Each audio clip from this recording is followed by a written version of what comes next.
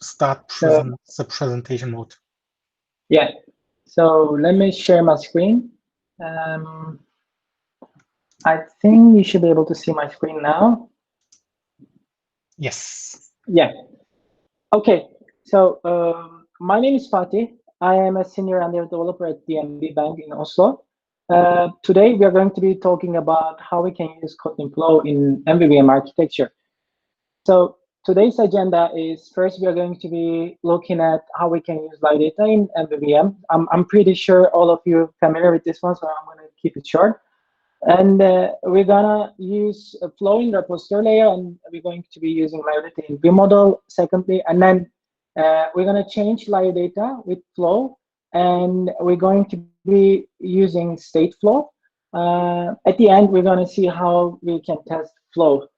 So let's get started. First of all, what are the advantages of live data? So live data is lifecycle aware, and because it's lifecycle aware, there's no memory leak. And we have the latest values as a cache inside the live data. So these are some advantages of live data, but there are some disadvantages also. So live data doesn't support back pressure. And also, if you try to make data transformation, so you have like transformations map and switch map, which are basically done on UI thread. So you can use live data builder, but still you will have limited number of operators like map and switch map. And since it's only lifecycle aware, you have to give lifecycle owner since it's lifecycle aware. So it's not a good practice to use live data in some layers like repository. So yeah, this is also some disadvantage of live data. So today we're going to build a weather forecast app.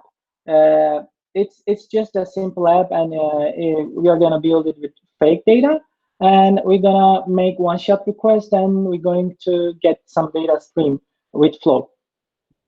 Let's see how we are going to build it first. So first, we're gonna use live data. So in the vModel, we're going to be using live data, and if you're using coroutines, you're probably familiar with suspend functions. In the repository, we're going to see how we can use suspend functions. And let's get started with repository. So we have this function here, which is called fetch weather forecast, and it's a suspend function. It just returns an integer with a result wrapper. And like I just delayed for 1 second here, and you have a random success value as a return value. So if you have a local cache or local DB, you might consider doing something like this. You get a Boolean, then you call API or not, you decide it. So then you actually return a single value, but not a multiple value, either this or this. And in the vModel, what do we have? We have live data. So here we have our live data. And before making a request, we have to set loading state to live data, since we cannot return multiple values from repository. And since we have the suspend function in a repository, we have to call it from a coroutine scope, which here is the vModel is used. Since it's going to be canceled when the vModel is destroyed. And the problem here is every time you want to call that function, you need to like set the loading state and then call, which is maybe not a good practice. So we might think how we can return multiple values from the suspend function. So before going that one, let's give an example. Let's visualize what we have said. So if you're using Twitter, what you see is like you open the Twitter app and you see some tweets from the local database, and you have some new tweets from the API, right? So it's like this: you open the Twitter app and you get the tweets from the cache, and that one updates to UI. And at the same time, you have you fetch the new tweets from the server, and after that, whenever it finishes, it updates to UI too. So in order to achieve this functionality, we have to do something similar to this one. So first, we have to return it from the cache. And second, we have to return the API result. But unfortunately, suspend function doesn't support returning multiple, like normal function doesn't support returning multiple values. This is where flow comes into play, actually. What is flow? Flow is actually a reactive stream which can return asynchronously computed values, as many as you want. So the process of flow is, because it's inside the coroutines and you're using it with coroutines, you're actually making use of structured concurrency. And if you want to do some data transformation, Flow has lots of operators for this one too. And it's really easy to test, actually. You can just convert to list, and you can make use of the list functions to test the flow. Now, let's just replace our suspend function in repository layer and use live data in the vModel. So in the repository, now we remove the suspend modifier, and we, instead of just returning a single value here, we are returning a flow. So this is a flow builder, which obviously makes flow, and you have this emit values. So instead of returning, we have something called emit. So whenever you emit a value, the collector side will be notified in terms of flow terms. And you have this loading here. So we first send loading, and then we delay, and then we just send the random success value. So in the vModel, so what we need to do is, now we don't have suspend function. We have the flow here. So since the flow is like our function in repository is not suspend, we don't need to use vModel scope or any other coroutine scope. We can just call a normal function. Since it returns flow, we need to convert it to live data. Luckily, we have as live data extension, so we easily convert to live data. And in the UI, you just observe that live data, nothing changes. This is for actually one-shot request. So it means you make a request, you get the result, and you're done. But what about data stream? It means that you make a request, you get the result, but in the future, you might get another result. So in order to visualize that, I just made an infinite loop inside this repository function. And every time, every data is served per second here. I want to add something here. So since this is flow is a cold stream, this delay and emit functions are cancelable. So it's pretty safe to call it like this with an infinite while loop. So whenever the scope is canceled, this function is also going to be canceled. And in the vModel level, nothing changes. So you basically just observe the data in the UI, and in the vModel, nothing changes. So is that all? Actually, no. The powerful side of the flow is actually coming from, I think it's from the operators. So we have something called intermediate flow operators, which is to make data transformation. They are not suspend function, but the powerful side of this one, these operators are, you can actually call suspend function from their scope. So let's see how we can use these operators. Let's give an example with a map operator. So let's consider you're getting the result as Celsius and you want to convert it to Fahrenheit. So what you can do is you can use map function and just convert it. And as you can see, we are using a suspend function delay here, since you can call suspend functions from the operator scope. We can easily do that. We can easily delay and use some suspend functions. And if you want to convert to live data, we have as live data, and you have to give some coroutine scope, coroutine context here. So whatever context you give here, the mapping will be done on that context. And let's say you want to send loading to UI. So on each of start of collection, you want to send some data. In our case, it was the loading, so it's best place to use the on start operator. And we have a filter operator. So it's the same with the list filter operator, but you can think of it's the asynchronous way of filtering. since you can call suspend functions inside this operator. And we have on each operator, so on each of them, like if you, let's say you want to save to your local database, so you can use on each of them to do some work. And you have flow one operator to change the context of the flow. And we have a catch operator to catch any error from the downstream flow. The important thing here is every flow operator is working with downstream, not the upstream. So for instance, if there is any error on the downstream, like on start distinct until change here, so catch will catch that error. But if you add another operator after this catch, then you won't actually be able to catch that one. You need to add another catch operator after that one. And obviously, we have as live data extension. So whatever context you give here, all of the operators, all of the downstream flow operators will be executed on that context. So why not only flow? Let's just remove live data and then use flow in all layers. As we said, flow is a code stream, which means that the code inside the flow will only going to be executed when it's collected. It's because it's because not suspend actually, and it's not equal to live data since in the configuration changes we can keep the state of the flow. It's actually not equal to live data, but we have something called recently state flow. It's been introduced quite new. So first we are going to see how we can use only flow, and then we're going to see how we can use state flow. So let's change the repository layer remains the same, but in the Vim model we are going to change live data with flow. All we have to do is just remove the as live data extension. But I'm sorry about the naming, it's pretty long, I know, but I couldn't find any name.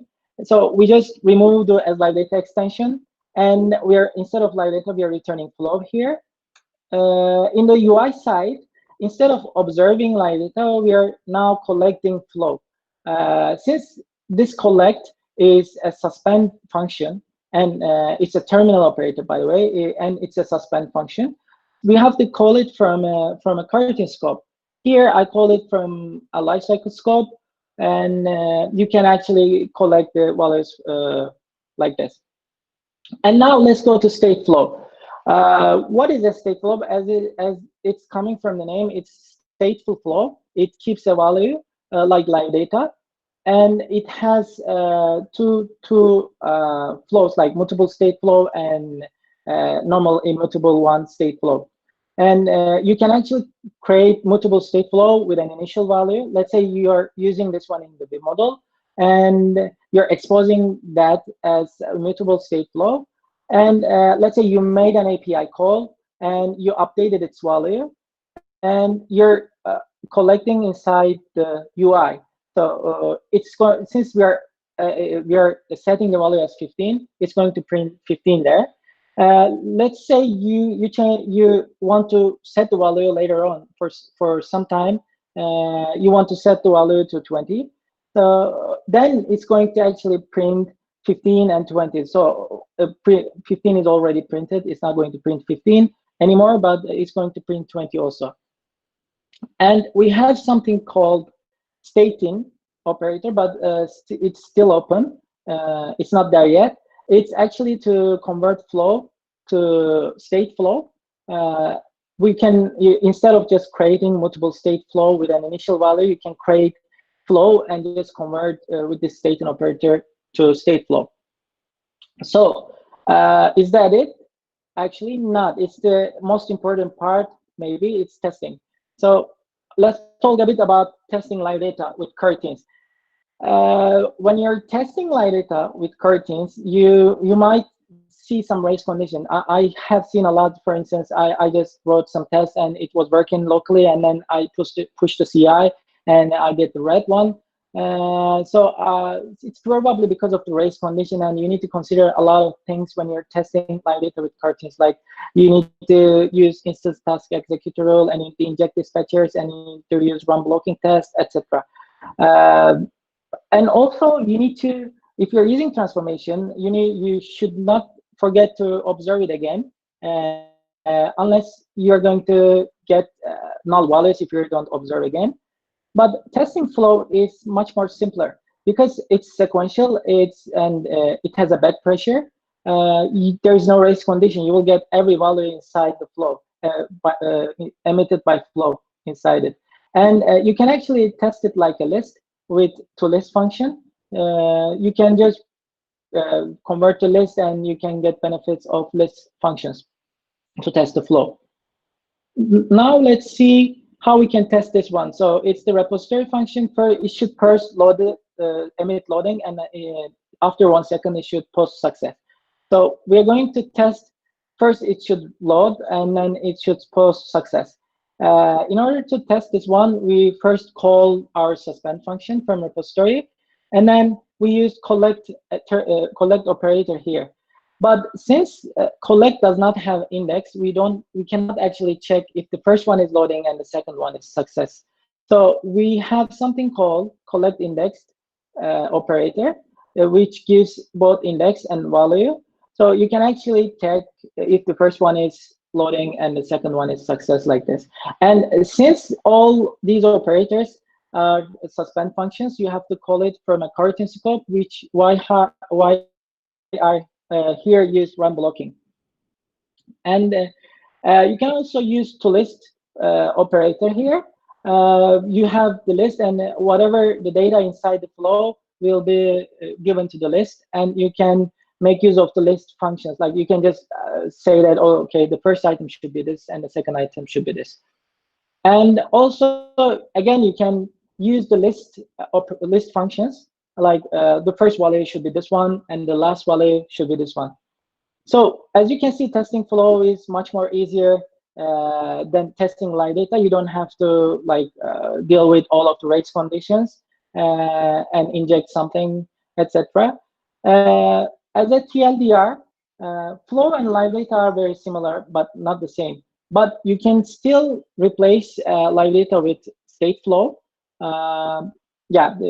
But I didn't mention it here because it's quite new. If you're making one-shot request, you better use live data in vModel, and in the repository you can use either suspend or flow. But if you're getting a data stream, it's better to use flow in the repository layer. And last but not least, testing live data is very hard because of this coroutine. And testing flow is actually easier than testing live data. And you can also just use as flow extension to convert live data to flow and use flow in your test. Yeah. Thank you for listening me. If you have any questions, I'm happy to answer. And stay safe. Yeah. Thank you, Fatih, for your presentation. Yeah, you're welcome. So there are already 2 questions at Slido. So the first question is, what are the cons of flow? I think you explained them already, if I'm correct. Yeah. But I can just add a couple of things, like maybe because it's inside the coroutine, and if you're using coroutine, it's really powerful. For instance, if you're using RX, like if you compare with RX, it's kind of there's a subscription there. You need to keep a reference to close that subscription. But because we're using coroutines, it's actually there's a scope, and whenever the scope is canceled, everything is canceled too. Yeah. Okay, thank you. Next question would be, have you seen the share flow? It seems state flow is already deprecated. Yeah, so shared flow is still open, not there yet. State flow is aimed to replace the conflated broadcast channel, whereas shared flow is aimed to replace the broadcast channels. So state flow is actually a shared flow, like conflated broadcast channel is a broadcast channel. So they are just replacing conflated one with state flow and broadcast channel with the shared flow. Yeah. Does that answer the question of the user? Unfortunately, I can't cannot say it. So Okay, nevertheless, let's jump on to the next question. How to swallow an error in flow? I don't want to return anything and catch to swallow the error. so how to, sorry, what? So the question is how to swallow an error in flow. I don't want to return anything and catch that swallows the error. Probably the person Yeah. also can talk directly if he wants to for his question. Can open his mic if you have one. Yeah. Yeah, but I can say that you can use catch operator. So if there's anything from your API, and if you're making something, you can just catch inside the catch operator and emit that one. So instead of sending, like instead of having some exceptions, you can catch them and send UI as an error. And in the UI, you can just update as there's something wrong or something like that. Okay, thanks for the answer. The You're first welcome. question is now in live data. It has on-active, on inactive methods. Does Flow have something similar? Like, can I get it Repeat the again? question. Sorry. Okay, in live Yeah. data there are the method functions on active and on inactive methods. Does Flow have something similar? No, because you're using inside the coroutine scope. So whatever scope you give to collect the flow, it's going to be active within that scope. So whenever the scope is canceled, that flow collection also going to be canceled. So you can check the scope of the flow is collected. If it is active or canceled or not, then you can actually get the same benefits like live data. Okay, thank you. You're welcome. Are there any other questions? Let me show Slido page again. Oh, there. Nope, there we go. If not, I think Somya can prepare herself. Are you still here, Somya? At least she should be here.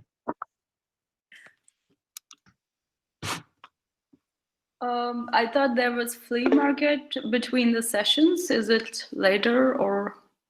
I think we will do it at the end after this presentations. Okay. So they doesn't show up in the recording. Okay, so I can start the presentation then, right? Yes, please. Thank you.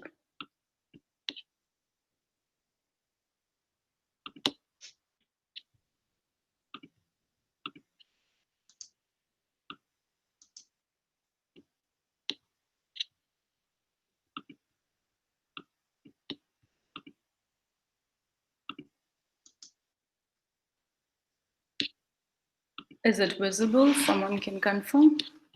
Yes, it's visible. Okay. So yeah, thanks for considering my talk, first of all, because it was submitted quite late. And so my introduction, my name is Soumya, and today I'm going to be presenting a talk about pair programming. I called it pair programming elephant in the room, mostly because whenever I did some pair programming, there was always some mixed reactions from both devs, managers, whatever be it. So I thought there was some kind of basic understanding missing when it comes to pair programming and why it is important or how to do it. So that's why I decided to do this talk, and hopefully by the end of the talk, I'll be able to answer some questions. So if it was a regular talk, I would like to know how many of you all do pair programming and want to, or for instance, has never done pair programming. But I would, right now it's not possible, I think, to understand the audience. But You can look into the chat if you want to. So yeah, people would can be write great, 1, 2, or 3. actually. How can we do that? for example, if people doing pair programming, just type in 1. If you are doing pair programming or don't do pair programming, 2, for example. I probably meant more the number instead of the letter, but yeah, that would be you great. understand it, Mario.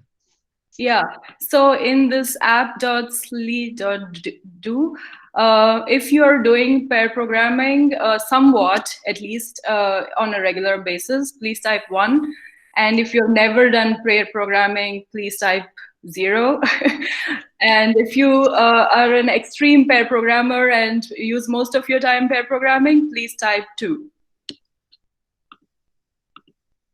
And maybe I'll wait for a bit to see. Okay, there are people who haven't done pair programming. Good to know. I think this is a point 2, Miriam. Okay.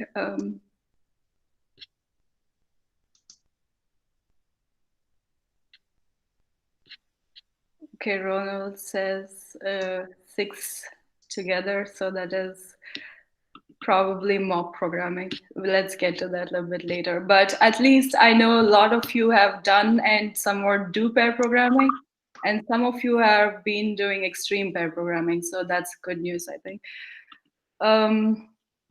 Yeah, so I'm going to continue my presentation. Thanks for that feedback.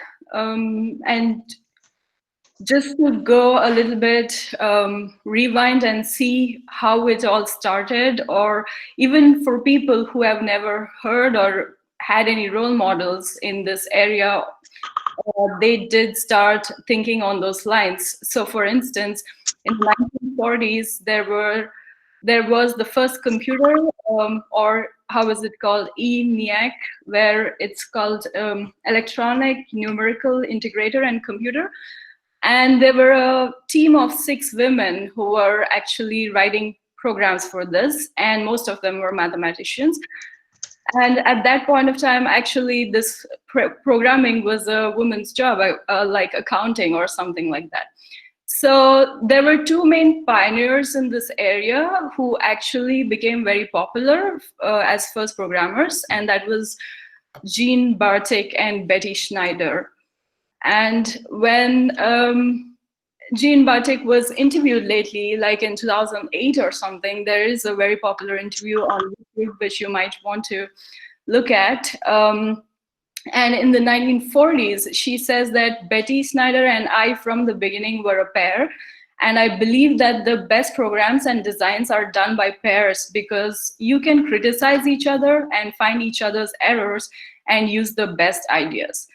So at this time, when it was just the inception of computer science and programming, even then people realized that pair programming was a good thing. And even without any textbook knowledge or role models, they were able to say that it is good for work and for also to benefit each other.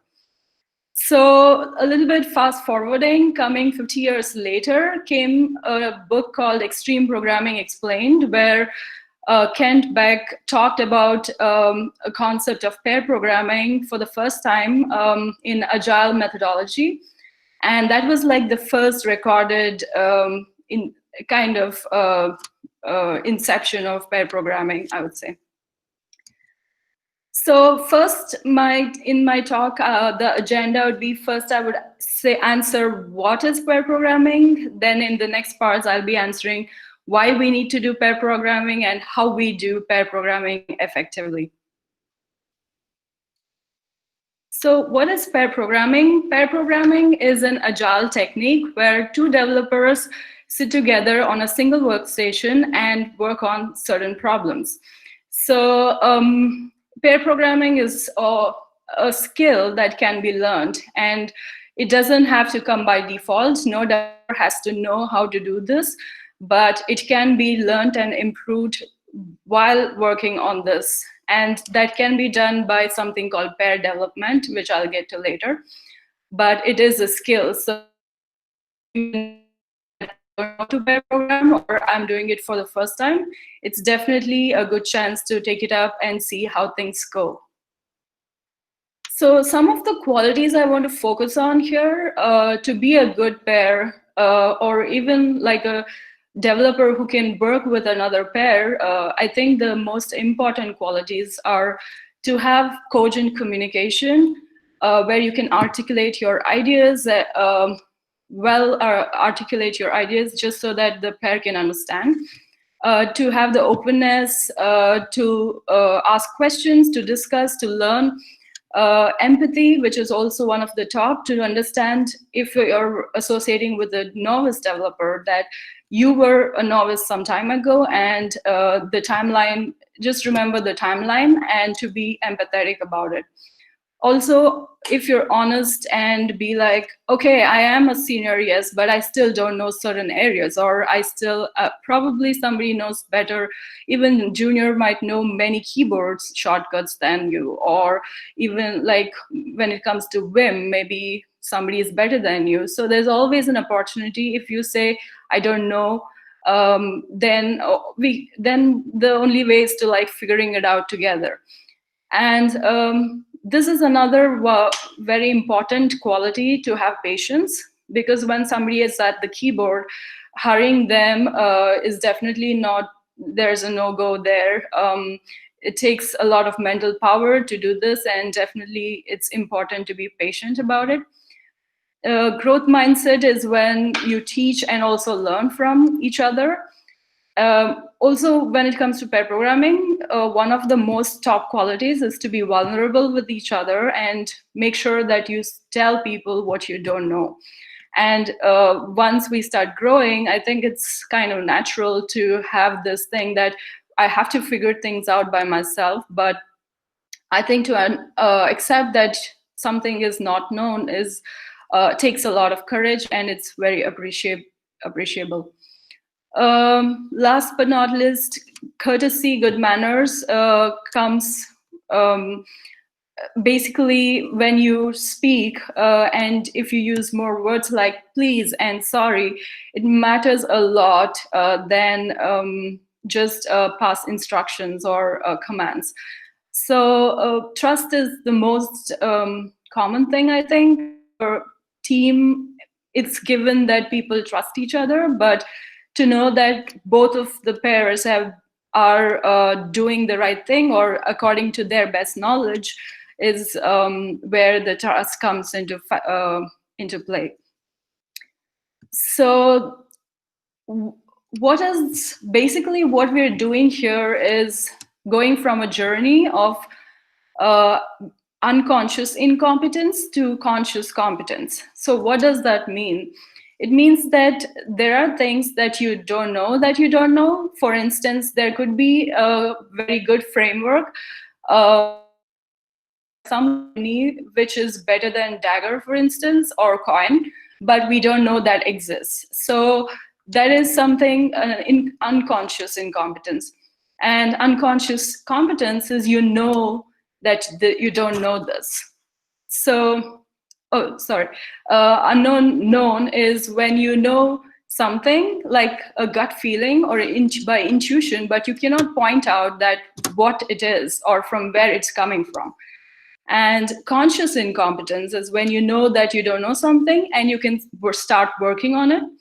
And the final stage is when you know something and you worked on it and now you know how to do this. So like basically, if you don't know initially what you don't know, your pair can help you in getting to a point where you know things and you can actually do them, execute them. So common ways which we commonly see at companies is, first of all, solo, and now remote being very prominent. There's pair programming where there's one computer with two developers, and there's mob programming where there'll be multiple developers working on a single computer, for instance. And this could involve like a bigger problem, architectural problem, TDD, and design and things like that. So why do we need to do pair programming? Let's first understand what are the myths that involve when it comes to pair programming. So The top myth is that it increases development costs because two people are working on this at the same time, which is kind of points at the direction that halves the developer productivity. And there are also myths that parallelizing work speeds up delivery. Maybe it does in the short term, but in the long term, the benefits of pair programming can only be seen in the long term. So this could be like, I don't know, it is a dilemma and something that cannot be categorized, in my opinion. Pair programming should be optional for people based on personality types.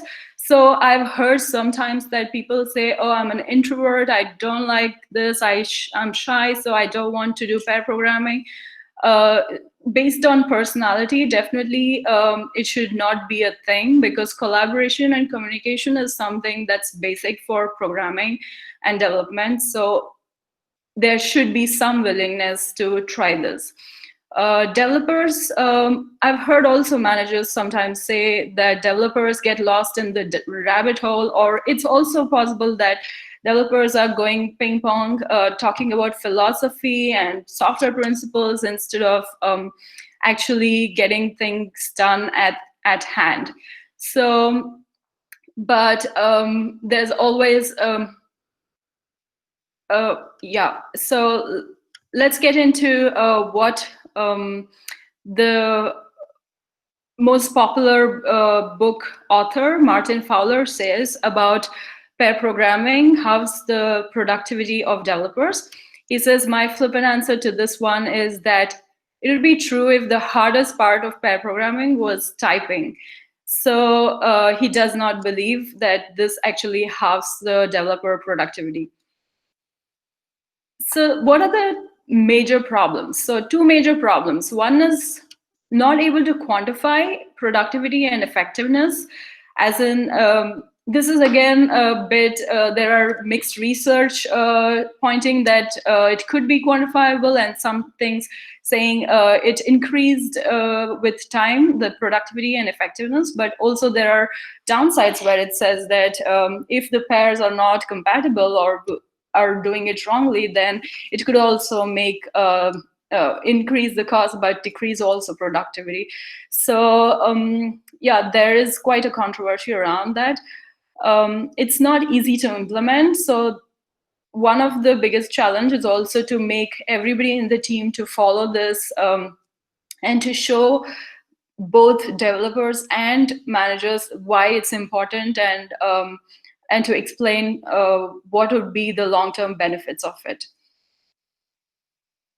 So why pair program? There was a white paper which was written about costs and benefits of pair programming, and there are very few articles and references and books on this topic, but it was proved that when the pair programming increased programming time by 15%, but it also reduced defects or bugs in the code by 15%. So it is known that for every 1,000 lines of code, there are 100 defects, according to a study.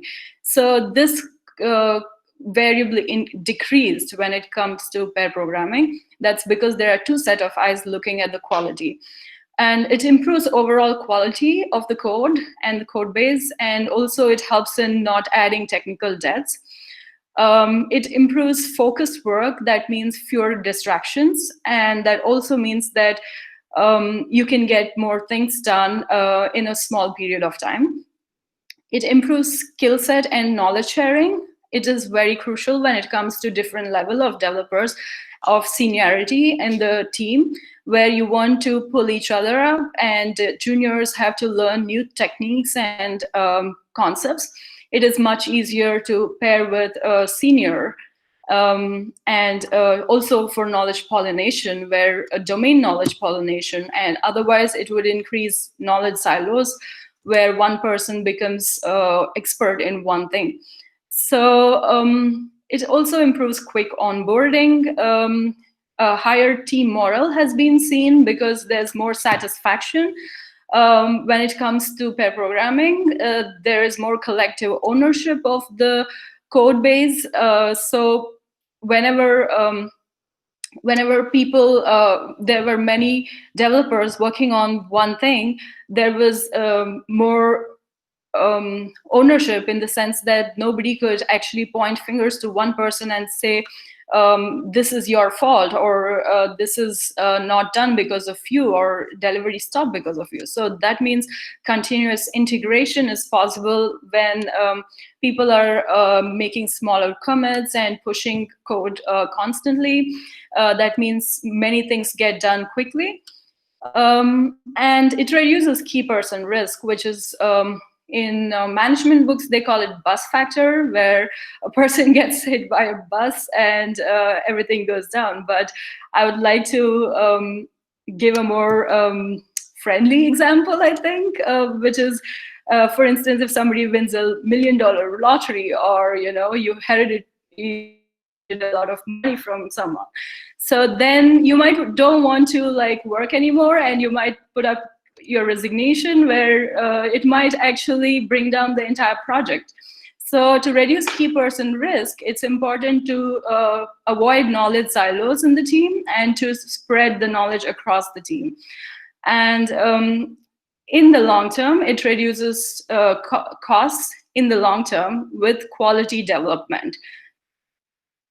Of course, it's all if all of these are followed and done correctly, and it is quite healthy. And like I said, developers felt more satisfactory and confident about the code base. And mostly, it's not just that, but it is also fun to pair program, and not to just do something by yourself, but to share it with someone. And that shared pain, or even shared fun, is always something that I look forward to. So third part is, how do we do this? How to pair program? First thing is, we need a setup. So a regular setup would look like this: one computer, 2 monitors, 2 mice, and 2 keyboards, and some personal space between 2 people, just so that you don't get into each other's circle. And in a remote setup, you will, of course, have different setups with 2 computers, 2 mice, 2 keyboards, monitors, and you would have something like a video conferencing app, messenger app, remote desk sharing or controlling tools, and also sometimes Jamboard to jam and understand concepts. And when it comes to there are 2 people, right, in pair programming. So the first person, for instance, is the navigator, who actually does not write the code. And the driver is the one who's on the keyboard and who's writing the code. So the driver is in the mechanical mode, and the navigator is actually providing a high-level bird's eye view of direction of work and asking good questions, and is in the tactical mode. So the navigator strategizes things and looks into the future, and also spots bugs on the way, while the driver is trying to like figure out things with shortcuts, algorithmize things, or even basically write code. So some of the necessary techniques that could be used is, first of all, to ping pong, where it means that no driver or navigator stays in the same role for a long time. So you switch between the 2, and it could be done however both the people want to do it. So it could be followed by a Pomodoro session, or even maybe one day one person is a navigator, the next day another person is the driver. So pairmate is something that one of the pairs has a stuffed toy, and whoever has the stuffed toy is actually the navigator. And the other person becomes the driver. So you can also use this method to switch. So before that, a necessary thing that needs to be done before starting is to make a task list. And in the task list, to completely write down what tasks that need to be done on that particular day and how much is achievable, and talk about things. And lastly, to use a Pomodoro technique to take breaks.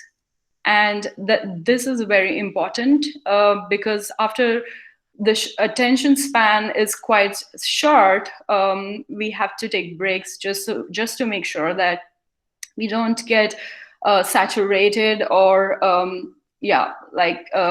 lose energy. So if you start, right? First of all, it's good to have some guidelines or ground rules where you talk about things. And these are also available online if you want to download them. So talk about how you want to do it. First, what are the steps? How would you want it to be or look like? And once that is written down, you can first discuss about what tools, or before starting, what tools would you like to have. And also, for instance, remote pair programming, you might need a setup itself. So use comfortable tools because first time is always the hardest. Even for me, whenever I pair program with a new person, it becomes very challenging, though I've done this for years.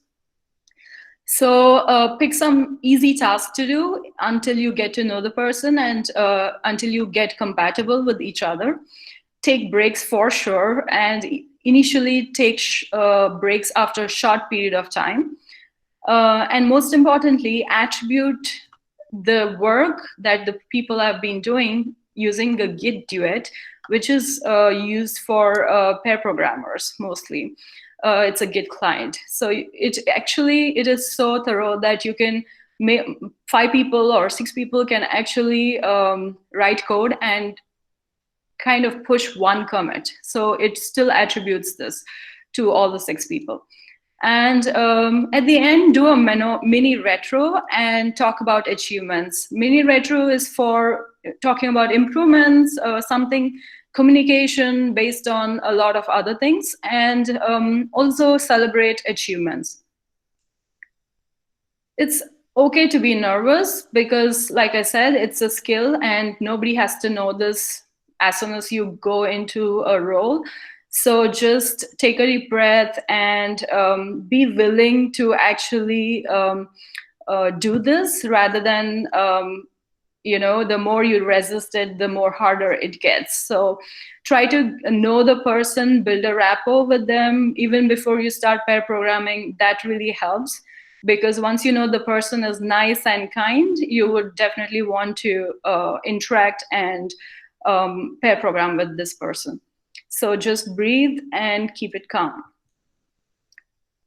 So like I said, pair programming is quite intense collaboration, and it requires, and it aids deep work.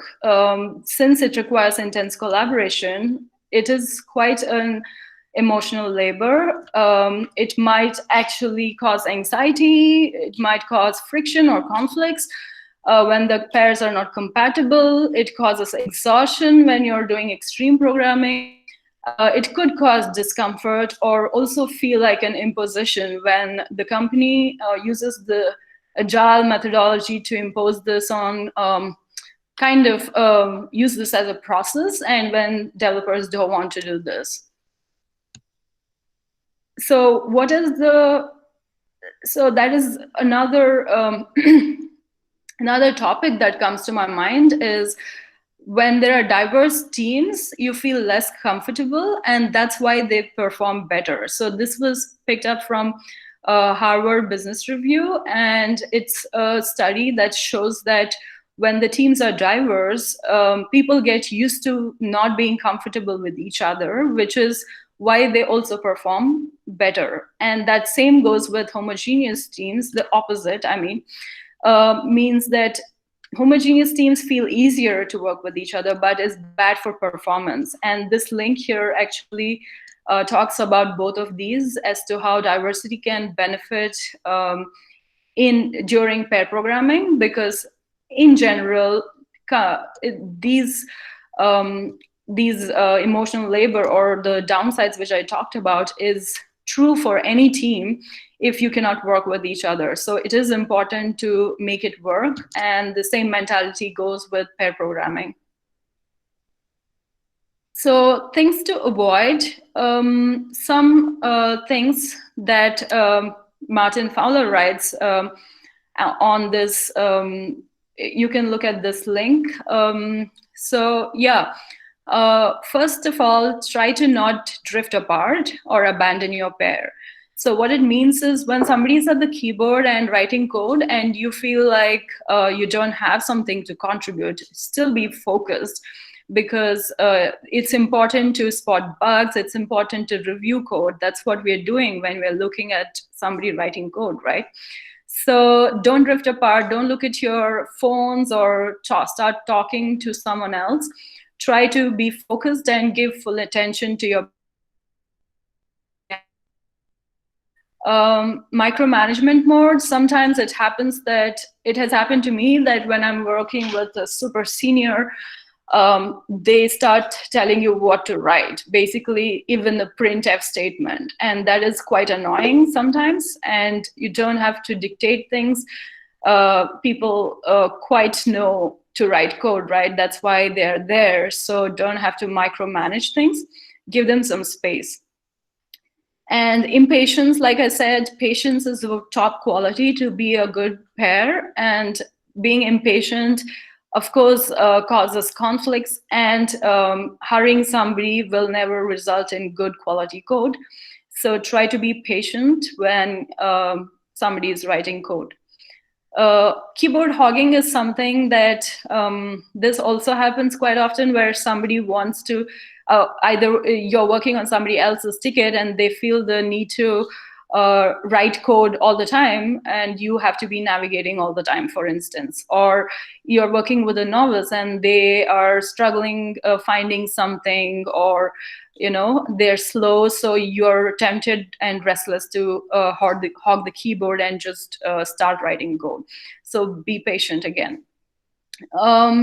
Like I said, extreme pair programming for 8 hours a day is a complete no-go, because nobody has that kind of attention span, and since it's deep work, it's very, very exhausting. So this is definitely this is not sustainable and is not good for the wellness of developers. So try to keep your hours in blocks, and if you want to spread it around by 1 hour, 2 hours, or even like one big block of 2 to 3 hours, feel free.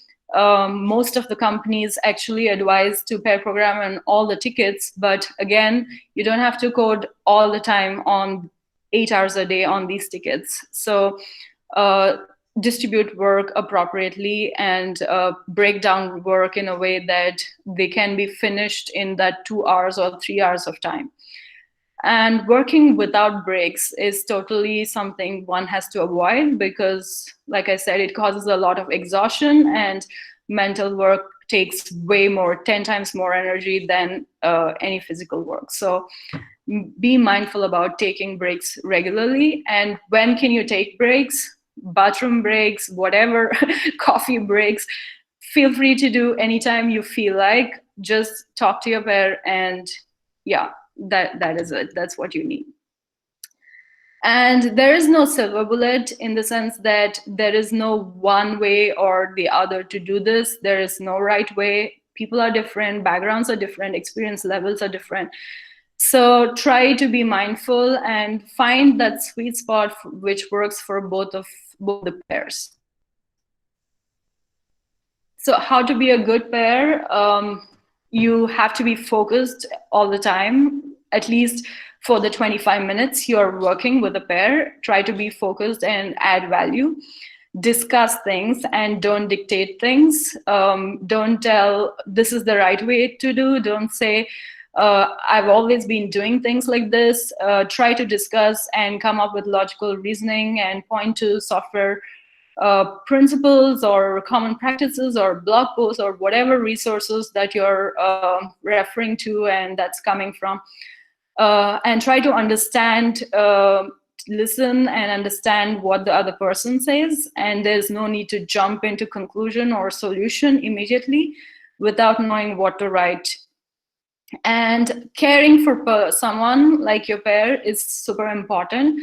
And if you show that you care, then the pair will, the compatibility between pairs will increase, and that would lead to good code quality and also easier to work with. So it's always a win-win.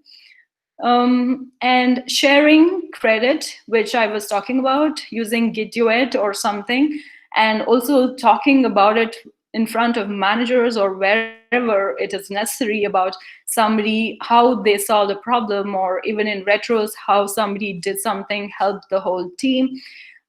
This is super important to share about the stories and appreciate your colleagues. And finally, I think I also mentioned this, trust is the basis of everything. Trust 100% and give full ownership. So don't doubt your pair and with what they're doing, because they're doing to the best of their knowledge. And I hope we can trust that they're doing to the best of knowledge. So how does a successful pairing session look like? First of all, agree on a high-level goal, then break down this task, break down this work to different tasks, more smaller, granular, and prioritize them. So what needs to be done before and later, etc. So, and decide, once you're done with this, decide on the technique. Decide on how would you do this, in how many blocks or how many days, and things like that. Who is going to be your pair next time? Things like that. So also configure Git to share credit. Eliminate distractions. As soon as you start pairing, turn off your phones or however you want to do this, notifications, or put it away, or do however you want. Provide complete focus, take breaks, and end with a mini retro. So a mini retro, what does it mean? Of course, this is something that I had never done before. And I only started doing this very recently. I used to feel very happy when I did a good job or we accomplished something, but we never really celebrated so much. We used to high five, yes. But yeah, it is important to celebrate accomplishment, especially immediately after you figure things out together. Just a high five is like a little power pose. It gives you that adrenaline gush. It motivates to do more. And talking about what did not go well is as much important as what went well. And there is nothing that you should inhibit yourself from saying, in the sense that if somebody was distracted, you can always say in the mini retro, I think you were a bit distracted, what's happening, right? Or ask about, can you please not hurry, because that's kind of stressing me out, and things like that. Or yeah, just talk about it and say, re-emphasize what you want to keep and what you don't want to happen in the next session. So if you are an effective pair, when you think out loud, when you listen carefully to other person and make suggestions, and you do not show frustration or launch an ad hominem attack and say that you are a bad person or you're a whatever person. It's not about the personality. It's about something you want them to improve on, a concrete thing. Like if you want them to improve, like you want them to be patient. So let's say when you do things like this, or when you stop me from finishing my sentence, then I feel this way, or that stops me from that kind of breaks my flow of thought. So give constructive feedback and don't attack the person itself. So you prioritize learning over productivity while pair programming with your juniors. So it's very common to see this. Sometimes managers hurry you up and you want to deliver, but you don't want to pair program with your junior, mostly because it's going to slow you down. But it is quite important, because this is a long-term investment that you're doing. And once the junior comes up to speed, then both of you can work on this full power. So always prioritize learning of novices over productivity. And most important thing is to respect each other's personal space, to have a one-arm distance, for instance, and also to have good personal hygiene, to have a shower, brush your teeth, whatever it is, just to not make your pair feel uncomfortable. So last but not least, being human is much more important than work or whatever it is that we do as professionals. So if somebody has a problem, if somebody is grieving, is undergoing a breakup, I don't know, whatever it is, be human, be understanding.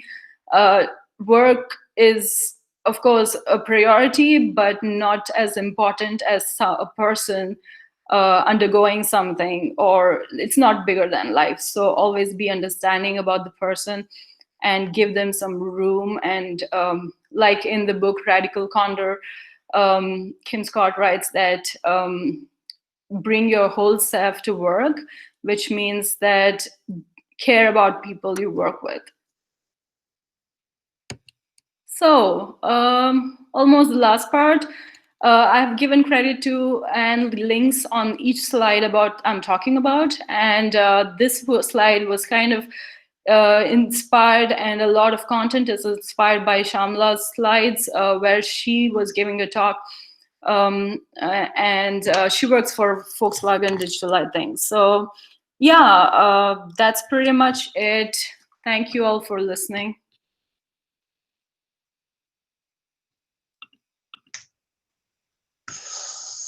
Thank you, Samia. Thanks. Okay, one more person. Before we will stop the recording, just two more small questions. One is gone already. So, oh, it's jumped up. Okay. Just the first one, pair programming, any hints for remote pairing? So if you're not in the same office, or because of the pandemic scale that you have currently? Sorry, can you come again? I didn't get the question entirely.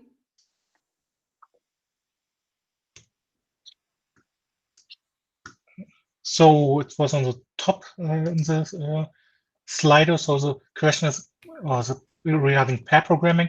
Any hints for remote pairing? So if the persons are not in the same office or because of the pandemic currently? Yeah, I have done this for the first time in the last couple of months. And like I was showing in one of my slides, in remote pairing, the most crucial things is like, for instance, some tips could be like to point out which line you're talking about, and be more specific, because in remote sharing, it's quite hard to understand. You can't point to the line. So use tools like in Zoom, you have annotate, so you can use that to show which line you're talking about. And yeah, like have a Slack messenger where you have to share links, or even on Zoom, you have like chat where you can share links, etc.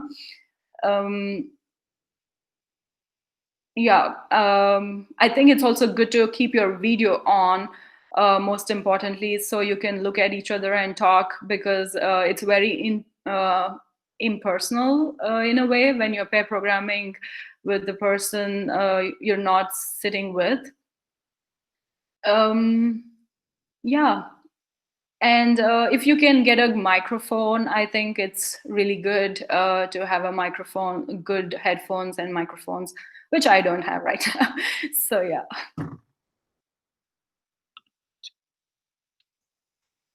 I hope this answers the question. And the last one is probably more stating the problem you have. So you did pair programming in the mentor-mentee setting, that it worked great for the scenario, but he had never had success with pair programming with serious work. Do you have probably some ideas how he can solve it? I think it all goes down to like, again, the personal relationship, because this is a very personal kind of a relationship you'll be having with your mentor or mentee. So like building a rapport is very important, to show them that you care and to show them you're approachable, you're nice and kind, first of all. And yeah, why you did not have success, you have to like find it out for yourself. I cannot say that because I think it could be really very powerful, because in the small 15-minute session you can get so many things out of your way. Like you will never face any blockers, like some error, you know, you're looking at both of you and you both don't know what it's talking about, right? It's easier to spot errors. You will always focus on a bigger chunk and to get the bigger chunk accomplished rather than being stuck with smaller errors. Otherwise you will be like looking on Google to find what is wrong, right? During debugging, at least I feel it's much more efficient when there are two set of eyes looking at things. Yeah. Okay, thank you. There's also one chat question by Dirk regarding what tool can you recommend for remote pairing? Screen Hero was really good, but it doesn't exist anymore. So the people who doesn't know Screen Hero, that was bought by Slack and was integrated into a paid subscription, but I think not in the full dimension like it was beforehand.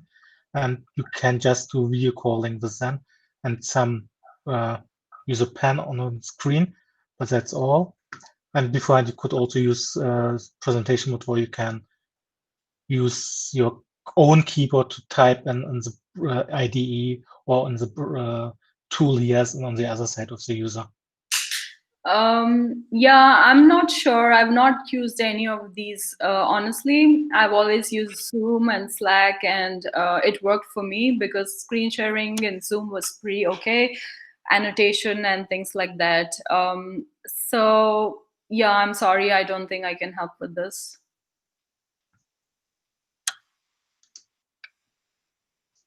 Okay, one more minute to answer, to give any question. Otherwise, I will stop the recording that we can do the one without recordings. Yeah. Also for both sessions if Fatih is still here. Yeah. Okay. So 1, 2, and I stop the recording now.